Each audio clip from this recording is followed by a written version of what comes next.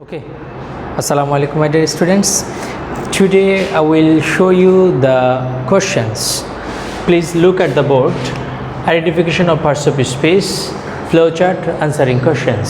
আমি গতকালকে তোমাদের একটা সিন প্যাসেজ পড়িয়েছি এটিকেট অ্যান্ড ম্যানার্স। এটা ছিল ইউনিট 4 লেসন 1। তাহলে এই যে এখান থেকে আমি কোশ্চেনগুলো আমি আজকে শিখাবো। আজকে আমার আলোচ্য বিষয় হচ্ছে identification of parts of speech. ওই সিন প্যাসেজ থেকে কিছু identification of parts of speech শিখাবো, ফ্লো চার্ট শিখাবো, আনসারিং কোশ্চেন শিখাবো। তাহলে এখানে দেখো প্রথমে identification of parts of speech number 1 এর দিকে তুমি খেয়াল করো। একদম the first sentence of the seen passage. এখানে দেখো as a child you must have been told. একজন বাচ্চা হিসাবে, শিশু হিসাবে তোমাকে অবশ্যই বলা হয়ে থাকবে। এই যে ফ্রেজ, এই ফ্রেজের কিন্তু must have bin verb phrase.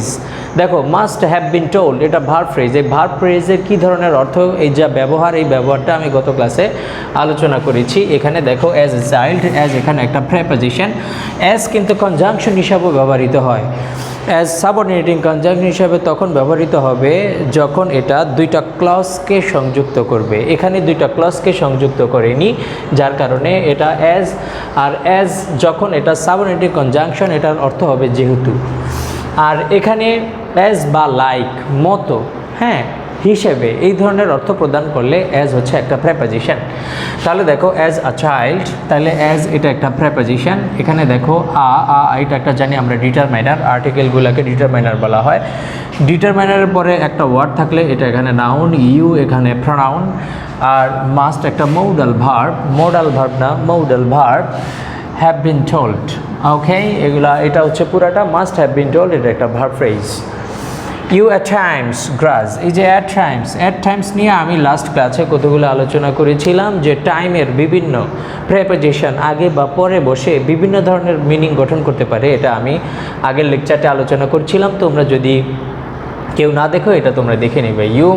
তাহলে এখানে দেখো, এটা দেখো সাবজেক্ট আছে গ্রাজ, এখানে দেখো একটা মেন ভার্ব আছে। তাহলে সাবজেক্ট এবং মেন ভার্বের মাঝখানে অ্যাডভার্ব বসতে পারে শুধু। তাহলে এটা দেখো এই যে এগুলোকে বলা হয় অ্যাডভার্ব অফ ফ্রিকোয়েন্সি।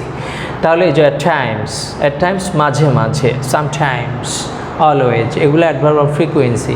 হ্যাঁ, হার্ডলি, রিসেন্টলি, এগুলো সব সাধারণত সাবজেক্ট এবং মেইন ভার্বের মাঝখানে বসে। আর যদি দুইটা অক্সিলারি ভার্ব থাকে বা একটা মেইন ভার্ব থাকে, একটা অক্সিলারি ভার্ব থাকে, এই দুইটার মাঝখানে বসে। অথবা যদি দুইটা অক্সিলারি ভার্ব থাকে, এই দুইটা অক্সিলারি ভার্বের মাঝখানে অ্যাডভার্ব অফ ফ্রিকোয়েন্সিগুলো বসে। এবার নাম্বার 2 গেল। এবার নাম্বার 3 দেখো, two consider the effect of our behaviour. তাহলে দেখো টু এখানে ইনফাইনিটিভ টু কনসিডার, এটা একটা ভার্ব। আমরা জানি যে ইনফিনিটিভ টু এর পরে ভার্বের বেস ফর্ম বসে। আর এখানে দেখো দ্য ইফেক্ট, এটা একটা ডিটারমাইনার। এটার পরে দেখো এখানে এটা কিন্তু নাউন, এটা এখানে নাউন হিসাবে ব্যবহৃত হবে, কারণ এই যে ডিটারমাইনারের পর যখন একটা ওয়ার্ড থাকবে এটা সবসময় নাউন হবে। অব, আওয়ার, অব একটা প্রেপোজিশন, আওয়ার বিহেভিয়ার এটাও একটা ডিটারমাইনার। এখানে এটা মূলত পজিটিভগুলোর পরে এখানে দেখো বিহেভিয়ার, এটা এখানে noun. The rules of correct behaviour in society, ঠিক একইভাবে দেখো এখানে আর্টিকেলের পরে একটা ওয়ার্ড আছে, এটা নাউন অফ প্রেপোজিশনের পরে দেখো দুইটা ওয়ার্ড আছে। দুইটা ওয়ার্ড থাকলে এই ওয়ার্ডটা এখানে নাউন আর এই ওয়ার্ডটা এখানে অ্যাডজেক্টিভ। নাউনের আগে অ্যাডজেক্টিভ বসে, অ্যাডজেক্টিভের পর সবসময় নাউন বসে। কিছু ডিফারেন্ট রয়েছে যে অ্যাডজেক্টিভগুলো সাধারণত নাউনের আগে বসে, কিন্তু মাঝে মাঝে নাউনের পরেও বসতে পারে, সেটা ডিফারেন্ট কেস। এখানে দেখো ইন প্রেপোজিশন সোসাইটি, এখানে নাউন। প্রেপোজিশনের পর যখন একটা ওয়ার্ড থাকবে সেটা সবসময় নাউন হবে। এখানে দেখো আর্টিকেল বি রয়েছে, এটার পরে এখানে দেখো ম্যানার্স। এই যে ম্যানার্সটা, তাহলে এটা এখানে আর্টিকেলের পরে রয়েছে, তার মানে এটা এখানে নাউন। আবার দেখো দ্যাটের অ্যান্টিসিডেন্ট হচ্ছে এখানে ম্যানার। তাহলে আর এই যে দেখো ম্যানারটা এখানে প্লুরাল, যার কারণে কিন্তু এখানে আর বসছে। তাহলে দ্যাট এখানে রিলেটিভ প্রোনাউন। তাহলে দ্যাট আর কারেক্ট ইন, এখানে দেখো তাহলে কারেক্ট এখানে অ্যাডজেক্টিভ। কেন অ্যাডজেক্টিভ? আর হচ্ছে একটা লিঙ্কিং ভার্ব। লিঙ্কিং ভার্বগুলোর পর সবসময় অ্যাডজেক্টিভ বসে, যার কারণে এটা হচ্ছে কারেক্ট, এখানে এটা adjective. In a wedding reception, in a wedding reception, তাহলে দেখো এখানে আর্টিকেল রয়েছে, এখানে আর্টিকেল রয়েছে, আর্টিকেলের পরে দুইটা ওয়ার্ড, এখানে এটা তাহলে নাউন, আর এই যে আমরা জানি কোনো শব্দের শেষে যদি টিআইওএন থাকে সেটা সবসময় নাউন হয়, তাহলে এটা এখানে অ্যাডজেক্টিভ, এটা এখানে অ্যাডজেক্টিভ। দেখো যে ওয়ার্ডগুলো দেখতে নাউন ভার্বের মতো কিন্তু অ্যাডজেক্টিভের মতো কাজ করে, অর্থাৎ আইএনজি ফর্ম যুক্ত, তো এইভাবে থাকলে এগুলাকে সাধারণত পার্টিসিপল বলা হয়। ওকে, আমরা আইডেন্টিফিকেশন অফ পার্টস অফ স্পিচগুলো আমরা এখানে বোঝা শেষ করলাম। এরপর দেখো আমরা একটা ফ্লো চার্ট শিখব এবং এরপরে আমরা একটা কোশ্চেন শিখব। ফ্লো চার্টের নিয়ম কিভাবে লিখতে হয় এটা এর আগেও আমি অনেকগুলো ক্লাস নিয়েছি, তোমরা যারা এই সম্বন্ধে এটা পাওনি তারা এটা দেখে নিবা। এখানে দেখো রাইট আ ফ্লো চার্ট, একটা ফ্লো চার্ট লিখো শোয়িং দেখিয়ে দ্য এটিকেট অ্যান্ড ম্যানার্স, যে আমাদের যে আচার আচরণগুলো আমাদের যে শিখতে হবে, one must follow according to the passage, অর্থাৎ আমরা যে একটা প্যাসেজ পড়েছি এটিকেট অ্যান্ড ম্যানার্স, এই প্যাসেজের উপর ভিত্তি করে কী ধরনের এটিকেট অ্যান্ড ম্যানার্সগুলো একজনের শেখা উচিত এগুলো তোমাকে দেখিয়ে যেতে বলা হয়েছে। এখানে দেখো ওয়ান, তোমার সব সময় একটা দেওয়া থাকে আর তুমি ট্রাই করবা ওইটাকে অনুসরণ করে ওইটার মতো করে লিখতে। তোমরা এই মুহূর্তে যারা লেকচারটা দেখছো বইটা হাতে নাও, আমি বই থেকে তোমাদেরকে আমি দেখাবো যে কিভাবে ফ্লো চার্টগুলো তুমি খুব ইজিলি সলিউশন করতে পারবে। এখানে দেখো greeting elders and visitors at home, এটা দেখো সেন্টেন্সের কোথায় আছে, একদম প্রথম সেন্টেন্সের মধ্যে রয়েছে as a child you must have been told to greet your elders and visitors to your home according to your culture and tradition. তাহলে এখানে খেয়াল করো প্রথম সেন্টেন্সে কিন্তু এটা রয়েছে এবং এটা কিন্তু তোমাকে প্রশ্নে দেওয়া থাকবে। এখানে দেখো ভার্বের আইএনজি ফর্ম দিয়ে শুরু হয়েছে, তুমিও ট্রাই করবা প্রত্যেকটা ভার্বের আইএনজি ফর্ম দিয়ে শুরু করতে। তাহলে দেখো তোমার বাসায় যখন কোনো বড়রা আসবে অথবা ভিজিটররা আসবে, তুমি তাদেরকে তোমার রিলিজিয়ন অনুযায়ী, তোমার কালচার ট্র্যাডিশন অনুযায়ী তুমি তাদেরকে সম্ভাষণ জানাবে। তাহলে এই কথাটা এখানে বলা হয়েছে। দেখো তাহলে আমরা কি ধরনের এটিকেট অ্যান্ড ম্যানার্স, এই ধরনের কি রয়েছে এখানে আমরা সিন প্যাসেজটা পড়ার ট্রাই করি।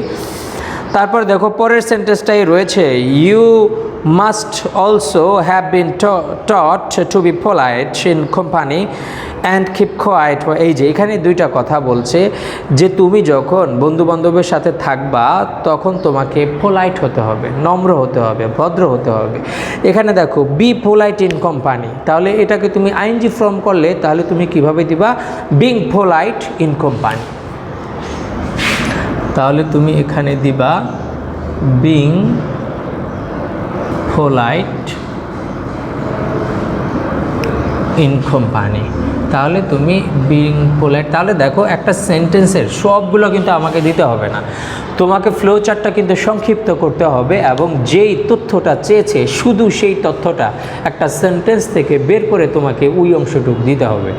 তাহলে এখানে দেখো এখানে কিন্তু ওই যে বলেছে যে ম্যানার্স, আর যেগুলো তোমাকে অবশ্যই ফলো করতে বলা হয়েছে এই সিন প্যাসেজের মধ্যে সেগুলো তোমাকে উল্লেখ করতে হবে। তোমাকে বলা হয়েছে যে তুমি বড়দেরকে এবং তোমার ভিজিটার্সদেরকে গ্রিটিং করবা, তারপরে তুমি ভদ্র হবা তোমার যখন বন্ধুদের মাঝে থাকবা অথবা কোনো মানুষের সঙ্গী সাথীদের নিয়ে তুমি যখন থাকবা। এখন আবার বলা হয়েছে and keep quite while others specially your elders spoke, যখন তোমার বড়রা কথা বলবে তখন তুমি চুপ থাকবে। তাহলে এটাই এখানে বলা হয়েছে। তাহলে তুমি কিপ কোয়াইট আছে, তুমি এখানে দিবা কিপিং কোয়াইট।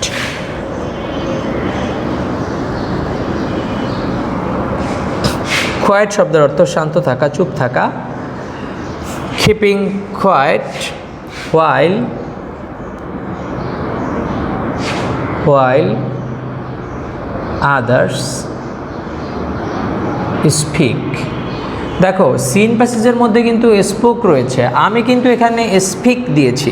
কেন দিয়েছি? এখানে দেখো স্পোকটা এখানে আছে উই যে অলসো মাস্ট হ্যাভ বিন টট, এই টটের কারণে এই টটের কমা দিয়ে কিন্তু এখানে আছে যে তোমরা জানো যে অ্যান্ড বাট অর কমা এগুলোর আগে যে ভার্বটা হয় পরের ভার্বটা একই রকম হয়, এটাকে প্যারালালিজম বলা হয়। এই নিয়মের কারণে এখানে স্পোক হয়েছে, কিন্তু তুমি এখানে এই নিয়ম ফলো করবা না, তুমি গ্রামারের সাধারণ নিয়মটা ফলো করতে হবে। তাহলে যে আদার্স স্পোক, এটা যেহেতু প্লুরাল আছে যার কারণে তুমি এখানে ভার্বের বেস ফর্মটা ব্যবহার করবা। কিপিং কোয়াইট, তুমি চুপ থাকা, ওয়াইল আদার স্পিক, যখন অন্যরা কথা বলবে তখন তোমার চুপ থাকা। এবার দেখো এখানে আর কি ধরনের রয়েছে, এরপরের সেন্টেন্সে এই ধরনের কোনো কিছু নাই। তারপরে দেখো একদম সেকেন্ড প্যাসেজের শেষ দিক থেকে রয়েছে manners can be good or bad. For example, it is a bad manner to speak with food in once mouth. এই যে মুখে কথা মানে মুখে খাবার নিয়ে কথা বলতে এখানে বলছে যে এটা একটা ব্যাড ম্যানার, তাইলে না বলছে, তাহলে নাটা তুমি কিভাবে উল্লেখ করবা? তুমি এটা দুইভাবে উল্লেখ করতে পারো। তাইলে তুমি এখানে নট স্পিকিং, তুমি এখানে দিতে পারো not speaking with food in mouth. তাহলে দেখো আমি কি লিখলাম এখানে, যে নট স্পিকিং। তাহলে এখানে কিন্তু বলা হয়েছে যে মুখে খাবার নিয়ে কথা বলা এটা একটা ব্যাড ম্যানার। তাহলে এখান থেকে তুমি কি শিখতে পারো, যে মুখে খাবার নিয়ে কথা না বলা, এটাকে তুমি দুইভাবে দিতে পারো। একটা হচ্ছে নট স্পিকিং, যেহেতু আমি সবগুলা বারবার আইএনজি ফর্ম করছি, এটাও আমি আইএনজি ফর্ম করব। Not speaking with food in mouth, এখানে দেখো আমি ওয়ান্সটা বাদ দিয়ে দিয়েছি, ইন ওয়ান্স মাউথ এটা তোমার না দিলেও এক্সপ্রেশনটা ক্লিয়ার, যার কারণে এটা তোমাকে ওমিট করলে হবে। অর্থাৎ এক্ষেত্রে তুমি ওই ওয়ার্ডসগুলো বা ওয়ার্ডসগুলো তুমি ওমিট করে দিবা, যেগুলো ওমিট করলে তোমার এক্সপ্রেশনটা ঠিক থাকে। তাহলে not speaking with food in mouth, এখানে এক্সপ্রেশনটা ঠিক রয়েছে, যার কারণে আমি ওয়ান্সটা এখানে বাদ দিয়ে দিলাম। এখানে তুমি এটাও দিতে পারতা যে avoiding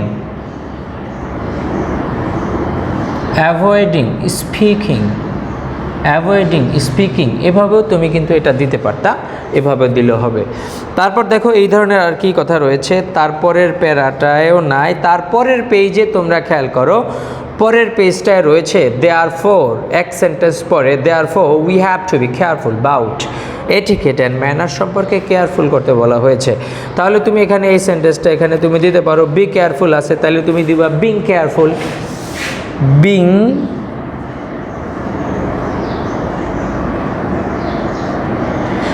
being careful about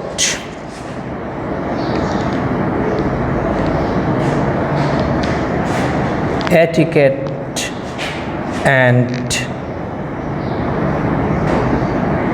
manners. ওকে, আর এখানেও কিন্তু তোমরা ছক করে দিবা সবগুলো। দেখো তারপর আর কি আছে এখানে দেখো, তাহলে এখানে দেখে a few more expressions such as pardon me, excuse me. তাহলে এই যে এগুলা বলা, এখন এগুলাকে তুমি একটা কথার মধ্যে সংক্ষিপ্ত করে দাও। কিভাবে দিতে পারো, যে সেইং পোলাইট এক্সপ্রেশন, তুমি এখানে দিতে পারো যে সেইং পোলাইট এক্সপ্রেশন, তাহলে সেইং পোলাইট এক্সপ্রেশন, হ্যাঁ এটা দিয়ে দিতে পারো। তবে অথবা আবার দিতে পারো যে এখানে like thank you and pardon me, তাহলে এটা তুমি এখানে দিয়ে দিতে পারো। তাহলে আমি আশা করি যে একদম বইয়ের প্রত্যেকটা লাইন ধরে ধরে তুমি কিভাবে ফ্লো চার্ট করবা তুমি এটা বুঝতে পেরেছো। এবার আমি তোমাদেরকে একটা প্রশ্ন দেখাবো এবং কিছু প্রশ্ন তোমাদেরকে আমি করতে দিব। দেখো কিছু কোশ্চেন, দেখো নম্বর কোশ্চেন হচ্ছে, what should you do in the presence of the elders, তোমার কি করা উচিত এল্ডার্সদের, বড়দের উপস্থিতিতে। ডিসক্রাইব ইন 2 or 3 সেন্টেন্স, 2টা বা 3টা সেন্টেন্সে তোমাকে বর্ণনা করতে বলছে। দেখো আমি আনসারটা কিভাবে লিখেছি, in the presence of others. তুমি সবসময় ট্রাই করবে যে প্রশ্নের একটা অংশ থেকে তোমার উত্তর লেখা শুরু করতে। এটা যদি পসিবল না হয়, প্রশ্নের শেষে গিয়ে তুমি আনসারের শেষে গিয়ে প্রশ্ন থেকে একটা অংশ এমনভাবে সাজাবা যাতে তোমার উত্তরটা যথোপযুক্ত মনে হয়।